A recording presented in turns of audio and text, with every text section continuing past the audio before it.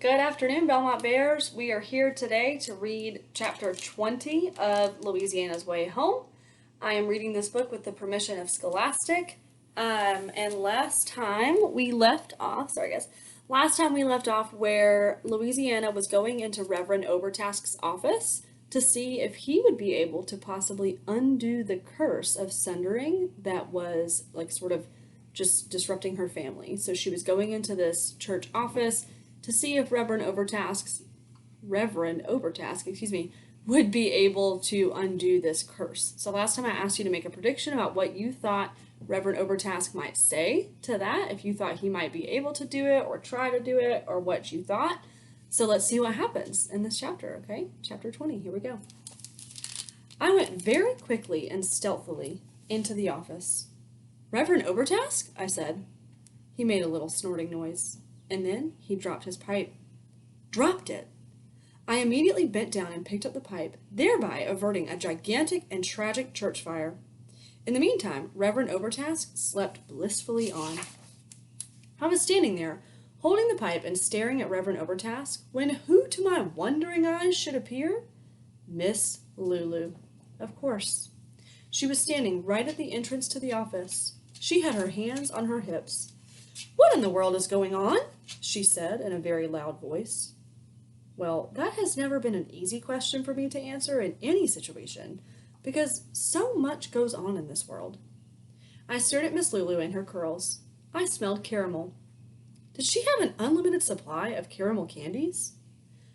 I am unsure exactly what you are referring to, I said, and I do not care for your implications. I just bet you don't, shouted Miss Lulu. And then Reverend Obertask woke up. Harumph, he said. Must have drifted off. Well, said Miss Lulu, explain yourself. Just a mid-morning nap, Miss Lulu, said Reverend Obertask. He took his feet off the desk and put them on the floor. I don't know that it can really be explained beyond that. Just a middle-aged man trying his best to make his way through this vale of tears. I was talking to the child, said Miss Lulu. The one who is holding your pipe? My pipe? Said Reverend Obertask. He blinked. I stood up straighter. I said, Hello, Reverend Obertask. Here it is, your pipe. I held up the pipe. I came in here to ask for assistance and advice and also to make some inquiries about your healing and magic words, but you dropped your pipe, and I picked it up so that there would not be some tragic fire. I did not want the tiny shepherd church to go up in flames. My healing and magic words, said Reverend Obertask. What tiny shepherd? He blinked again. He was a man with a very round and very surprised face. Also, he had a great deal of facial hair. I hate to say this, said Miss Lulu. I would advise against saying it then, said Reverend Obertask. But there was no stopping Miss Lulu. I think she was intending to steal your pipe, she said. I was not intending to steal your pipe, I said. I stamped my foot. I do not need a pipe. Miss Lulu said, Be that as it may. The child and her grandmother are staying at the Goodnight Sleep Tight. They are just passing through, if you understand my meaning. The child sings, and she is engaged to sing at the Elkhorn funeral tomorrow. But I'm worried that something, untoward is occurring, or will occur. Untoward, said Reverend Obertask. Exactly, said Miss Lulu. Thank you very much, Miss Lulu, said Reverend Obertask. He sat up straighter. His chair creaked. You may leave us. But, Reverend, said Miss Lulu, the child has your pipe. Yes, she does, said Reverend Obertask. Miss Lulu sighed a very large sigh. The smell of caramel drifted across the room. I will take it from here, Miss Lulu, said Reverend Obertask. Thank you for your generous insights and kind intervention. Goodbye. Goodbye, Miss Lulu, I said. It was a sentence that I liked saying very much, so I said it again. Goodbye, Miss Lulu. Yes, goodbye, said Reverend Obertask. And please, close the door behind you. Miss Lulu stood there with her mouth hanging open and her curls holding themselves very still. And then she pulled the door closed in a huffy and important way. And I was alone with Reverend Obertask, the walrus, who could maybe perform magic. I was certainly in need of magic. Outside the window, I could see a crow sitting in the crook of a live oak. I hoped it was Clarence. It's a nice thing to believe that a crow is watching over you. So, said Reverend Overtask. So, I said, here's your pipe. Reverend Overtask reached forward and took the pipe from my hand very gently. Thank you, he said. You didn't tell me your name. Louisiana Elefante. It was the first time I had said that name since I had learned the truth about myself, and I must say that the words felt strange in my mouth, heavy and dark. Are you of Spanish extraction? Said Reverend Overtask. I have absolutely no idea, I said. The sad fact is that my parents are entirely unknown to me. It was strange to say those words, too. Always before, my parents had been crystal clear in my mind. Golden, shimmery, beautiful. But now when I thought of them, no image appeared. There was nothing but darkness. And that was sad, because before there had been so much brightness. I used to believe that my parents were trapeze artists known as the Flying Elefantes, I said to Reverend Overtask. But it turns out that I don't know who they were or what they did. I felt hollow inside. Reverend Overtask nodded. He said, I see. His chair creaked once, twice, and then the office was very quiet. I could see dust motes dancing around joyfully in the air. What do dust motes have to be so happy about?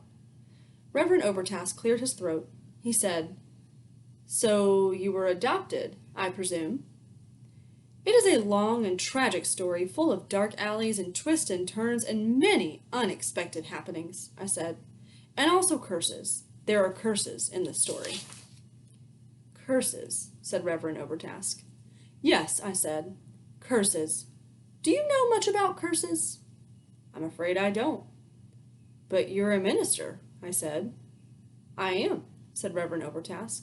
However, my day-to-day interactions tend to deal more with garden variety issues, the loss of hope, the combating of despair, the balm of forgiveness, the need to understand, the short tempers and distrustful natures of church organists, that sort of thing. It's not often that curses come up. Out in the sanctuary, Miss Lulu started to play the organ. There was one huge crashing chord, and then a long silence. And then came another huge crashing chord. I think she is frustrated sometimes, said Reverend Overtask. He smiled. We all push against our limitations, don't we? I liked Reverend Overtask. I liked his smile. I liked his walrus face. I thought that maybe he was the kind of person who would understand how it felt to sit in a motel room and stare at state-inappropriate curtains and know that you were all alone in the world. I have a curse upon my head, I told him, and I was hoping that you could undo it. Alas, said Reverend Overtask, I do not think that I can undo your curse. I wish that I could. The sun went behind a cloud. I heard Clarence laughing. I heard Reverend Overtask breathing. I stood there. I worked hard not to cry.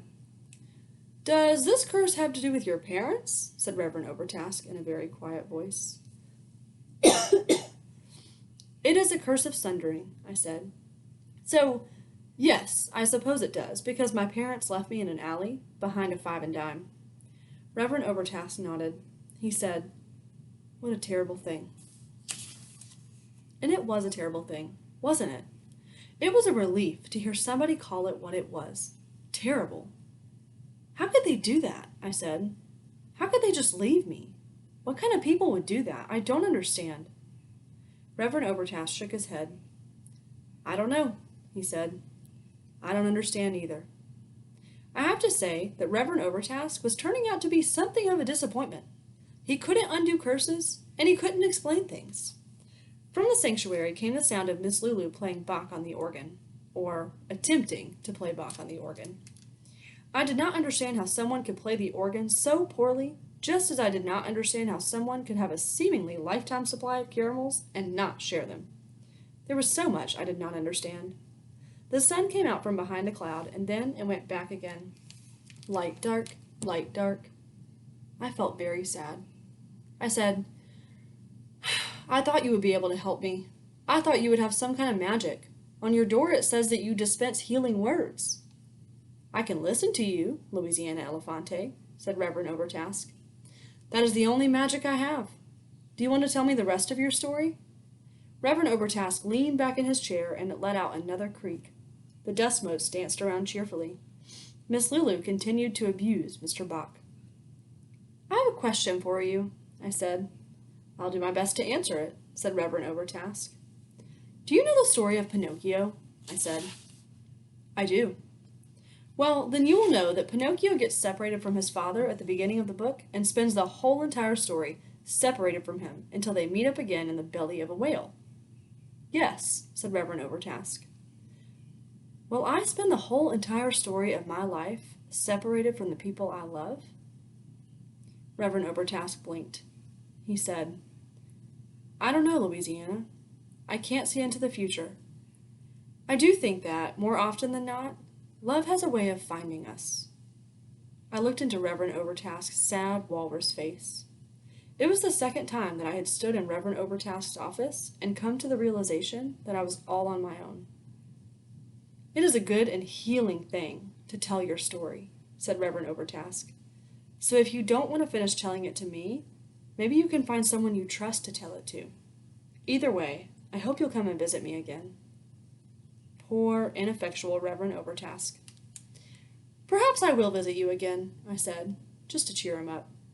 He smiled at me, and I smiled back at him, but I did not use all of my teeth because my heart was heavy. All right, that's the end of chapter 20. Okay, we're on chapter 21. So this chapter has some pretty strong emotions in it, right? Louisiana is kind of wrestling with this question of how is she going to undo this curse of sundering? Is she going to be separated from the people that she loves for the rest of her life, right? She's kind of like dealing with these big, deep questions. And I want you to think about that for a minute, because I think that when we're thinking about big, deep questions when we're reading, it could be that the author is trying to reveal to us a possible life lesson, you know? Because as we get further along in the book, we start to see that the book is going to teach us something. What do you think this book is going to be teaching about? Try to maybe make some sort of prediction about the theme or the life lesson. What do you think the end of this story is going to be teaching us about? What do you think the theme might be about at the end of the story? You might not know it completely yet, but just try to make a guess based on everything that Louisiana is feeling and going through right now in the story. Okay? Don't forget to share your responses on Flipgrid. Like I always say, it's going to be posted below this video and in your class dojo. I can't wait to hear what you guys have to say, and I will see you later for chapter 21. Bye, Mama Bears.